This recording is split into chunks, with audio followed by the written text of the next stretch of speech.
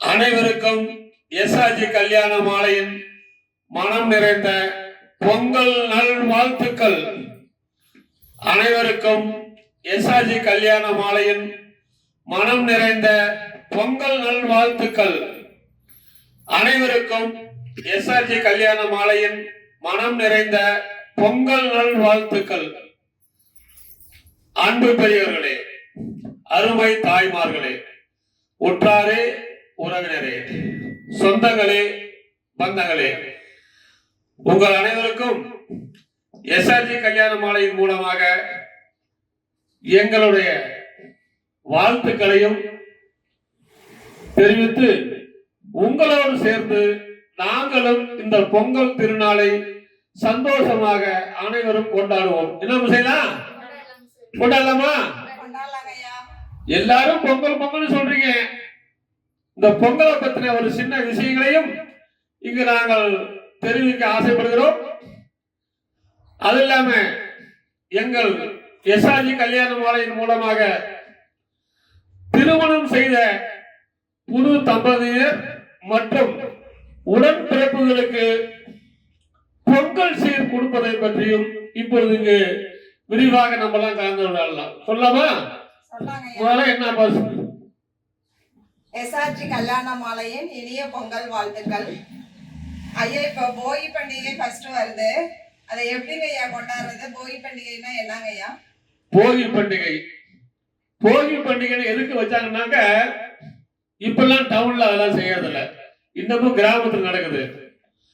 அந்த பெரியவங்க காலத்தெல்லாம் இப்போ ஒரு 40-50 வயசுக்கு முன்னாள் எல்லாம் பாத்தீங்கன்னா, போகி பண்டிகைன்னா வருடத்திற்கு ஒரு முறை. அப்பெல்லாம் மண் சுவர், குடிசைகள் இதுதான் அதிகம் இருக்கும்.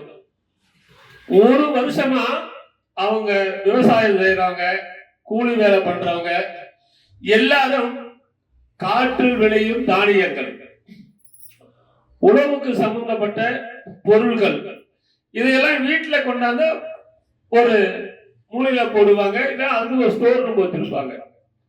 அதே மாதிரி மண் குடிசை, கூரை வீடுன்னு சொல்லுவாங்க.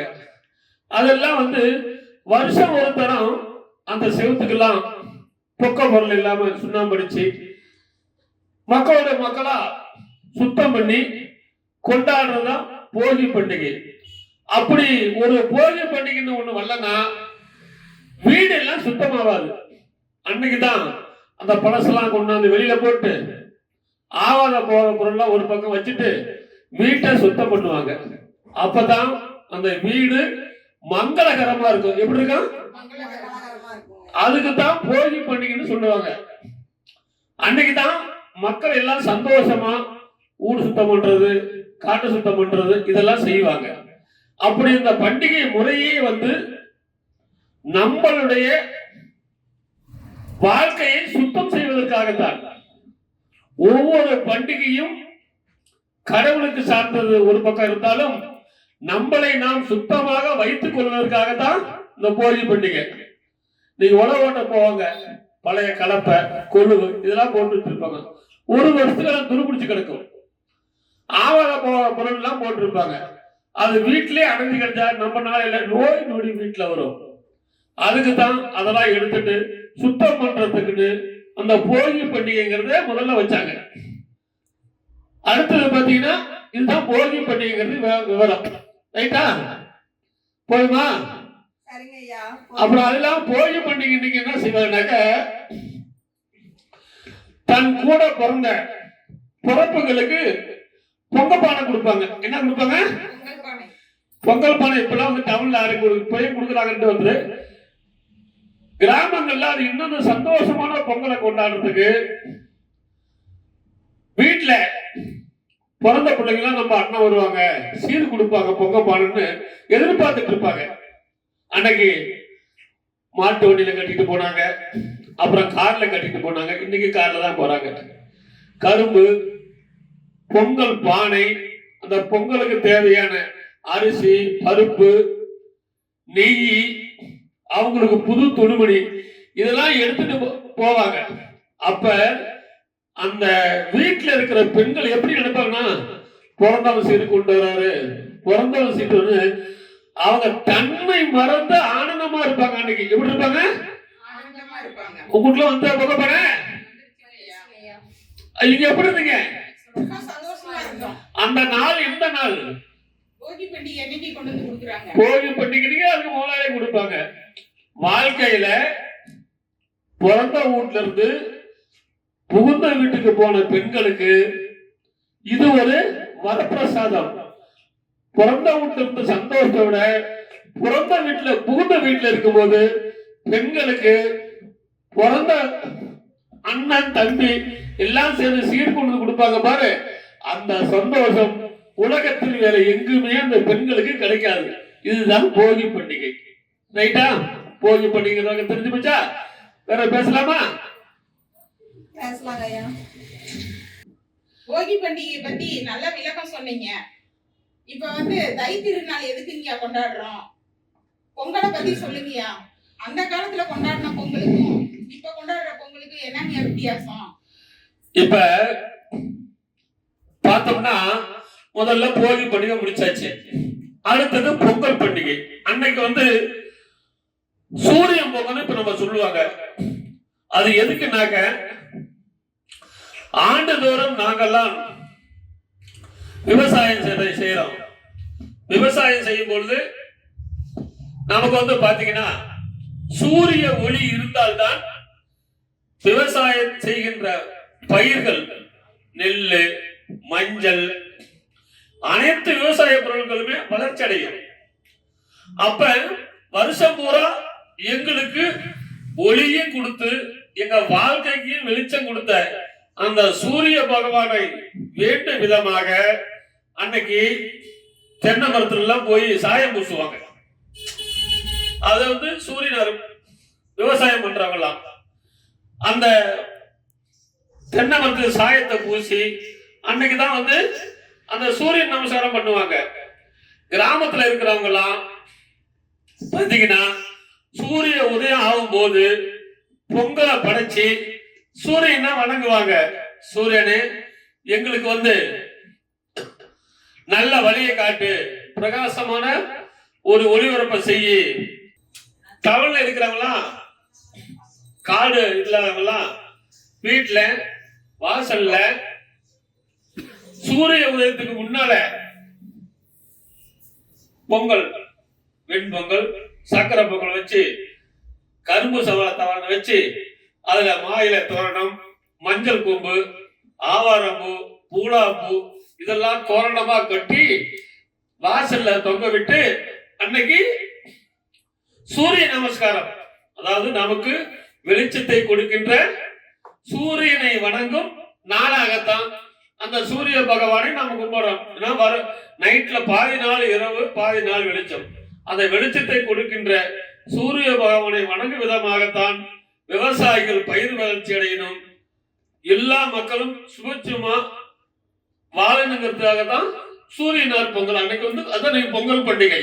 அதுதான் பொதுவான பண்டிகை. ரைட்டுங்களா? இதுதான் சூரிய பொங்கல்.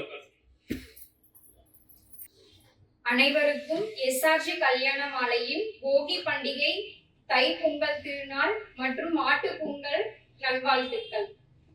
ஐயா, சூரிய பொங்கல் பத்தியும் போகி பண்டிகை பத்தியும் சொல்லிட்டீங்க. மாட்டு பொங்கல்னா என்னன்னு சொல்லுங்க ஐயா. இப்ப மாட்டு பொங்கல்னா என்னன்னு சொல்லிடலாமா? மாட்டு பொங்கல்னா என்னன்னா, உலகம் பிறந்த காலத்திலிருந்து மனித உருவம் உற்பத்தி ஆன காலத்திலிருந்து உலகத்தில் அனைவரும் முதலில் பயன்படுத்தப்பட்டது விவசாயம். அந்த விவசாயத்தை மனிதன் வாழ்வதற்கும் உறுதுணையா இருக்கிறது. ஒரு மனுஷன் வாழணும்னா உணவு வேணும், உணவு வேணும். ஒரு மனுஷன் வாழ்றதுக்கு என்ன வேணும்? உணவு வேணும். அந்த உணவை தயார் பண்ணுவதற்கு விவசாய நிலங்களை நாம் சமப்படுத்த வேண்டும், உழுவ வேண்டும். அதுக்காக மாடுகளை வளர்த்தார்கள், ஆடுகளை வளர்த்தார்கள். அப்படி வளர்க்கும் பொழுது அந்த மாடு, ஆடு இது ரெண்டு இல்லைன்னா விவசாயம் செய்ய முடியாது. அந்த காலத்துல அதை தெய்வமாக வணங்கி பூசிப்பதற்காக வருஷம் பூரா எங்களுக்கு விவசாய நிலங்களை உழுதும் உண்ண உணவும் மக்களுக்கு அளித்த அதுக்கு பயன்பட்ட அந்த மாடுகளுக்கு அன்னைக்கு கொம்பெல்லாம் சீ விட்டு வர்ணம் பூசி அதுல சலங்கை எல்லாம் கட்டி விட்டு வருஷம் பூரா நம்மள சந்தோஷமா இருக்கிறதுக்கு கஷ்டப்பட்ட அந்த மாட்டுக்கு நன்றி தெரிவிக்கும் விதமா அந்த மாட்டு பொங்கல் அமையும். அன்னைக்கு தான் எல்லாரும் வருடம் ஒரு முறை அந்த மாட்டை கொம்பை சீவி வண்ண வண்ண கலர்களை அடித்து சலங்கை கட்டி அழகு பார்ப்பார்கள். அதுபோன்று அந்த கால்நடைகளுக்கு நன்றி தெரிவிக்கும் விதமாக கொண்டாடுவதுதான் மாட்டு பொங்கல். அந்த மாட்டு பொங்கலை கொண்டாடுறது தான் பொங்கல்னே பேர் வந்துச்சு. ரைட்டா? சூரியன் பொங்கல், அடுத்தது மாட்டு பொங்கல். இதுக்காகத்தான் பொங்கல் திருவிழா அப்படி எல்லா ஊர்லயும். இதுதான் வந்து மாட்டு பொங்கலுடைய விசேஷம். போதுமா? உங்க வீட்டுல எத்தனை மாடு இருக்குது? எங்க வீட்ல மாடே இல்லங்க. உங்க வீட்டுல இருக்குதா? ஐயா, மாட்டு பொங்கலை பத்தி அழகா விளக்கம் கொடுத்தீங்க. இப்ப கறி நாள் எதுக்குங்க கொண்டாடுறோம்? அடுத்தது கரிநாள், அது ஜல்லிக்கட்டு. கரிநாள்னா வருஷத்துக்கு ஒரு நாள் கால்நடைகளை சந்தோஷமாக வைத்திருப்பதற்காகத்தான் அந்த கரிநாள் வந்தது. அது ஜல்லிக்கட்டு. அது வீரர்களா நிறைய பேர் காலை இதுக்குன்னே வளர்ப்பாங்க. நிறைய பேர் தான் மாட்டை கொம்பு சீவிட்டு முதல் நாள் செஞ்சாங்கல்ல, அதையெல்லாம் அந்தோட கழுத்துல மாலையை போட்டு அந்தந்த ஊர்ல அவங்களுக்கு தெரிஞ்ச கோவிலுக்கு கூட்டிட்டு போவாங்க. அந்த மாட்டை சந்தோஷப்படுத்தணும், கால்நடைகளை அப்படின்னு சந்தோஷப்படுத்துவாங்க. அதுல நிறைய பேர் வீரர்களை தேர்வு செய்வார்கள். அந்த ஊர்ல ஒரு இடத்துல எல்லாரும் கூடி அதுல நல்லா சுறுசுறுப்பா இருக்கிற காளைகள் இப்படி உங்களாட்டம் தெரியுமா? சுறுசுறுப்பா நீங்க ஓடுறீங்களே, அந்த மாதிரி நல்லா ஓடுற மாடுகளா பார்த்து கால்நடைகளை பார்த்து அதுல துண்டு அரணா கயிறு இதெல்லாம் கட்டி விடுவாங்க. அதை பிடிக்கிறதுக்குன்னு வாலிபர்கள், வயசு பசங்க, வயசு பிள்ளைங்க எல்லாம் அதை வேடிக்கை பார்க்க போவாங்க. அதுக்குதான் பெரிய கூட அதிகம் போக மாட்டாங்க. அவங்கள பிடிச்ச மாமச்சா பிள்ளைங்க எல்லாம் பாக்குறதுக்கு, தெரிஞ்ச நண்பர்களை பாக்குறதுக்கு அங்க போய் ஐஸ் வாங்கி சொல்றது. எப்படி கரும்பு பிடிச்சிட்டு கடிக்கிறது. அந்த மாட்டை பிடிக்கிறாங்களா இல்லையா? மாடு பிடிக்கிறத பாக்குறாங்களா இல்லையா? எழுத்துமாங்க கரும்பு சாப்பிடுவாங்க. கரும்பை பிடிச்சி கடிச்சுக்கிட்டே அவங்கள பார்த்துட்டு இருப்பாங்க. அப்பதான் வந்து அவங்களுக்கு அந்த சந்தோஷம் வரும். எவ்வளவுதான் வீட்டுல சந்தோஷம் இருந்தாலும் அந்த ஜல்லிக்கட்டுங்கிற ஒரு திருவிழா அன்னைக்கு போய் பாத்தீங்கன்னா எல்லா பிள்ளைகளும் ஒண்ணு ஐஸ் திங்கும், இல்லைன்னா கரும்பு திங்கும். பசங்களும் கரும்பை கடிச்சுக்கிட்டே அங்க பாப்பானுங்க. மாமா வந்துருக்குதா, அத்தை மாமா வந்துருக்குதா, தெரிஞ்ச பிள்ளைங்க வந்துருக்குதான்னு. இதெல்லாம் அந்த ஒரு நாள் அனைவரும் ஒவ்வொரு ஊர்லயும் அந்தந்த ஊர்லயும் இருக்கிறவங்க எல்லா நண்பர்களையும் எல்லா ஆணும் பெண்ணும் சந்தோஷமாக கொண்டாடும் ஒரே திருவிழா ஜல்லிக்கட்டு. அதுக்கு பேர் தான் ஜல்லிக்கட்டுன்னு வச்சாங்க. இந்த ஜல்லிக்கட்டு, மாட்டு பொங்கல், பொங்கல் இது எல்லாம் வந்து மனிதர்களை ஆண்டுக்கு ஒரு முறை அனைவரும் சேர்ந்து ஒன்று சேர்ந்து கொண்டாடும் திருவிழாவே பொங்கல் திருவிழா. எப்படி? பொங்கல் திருவிழா என்னன்னா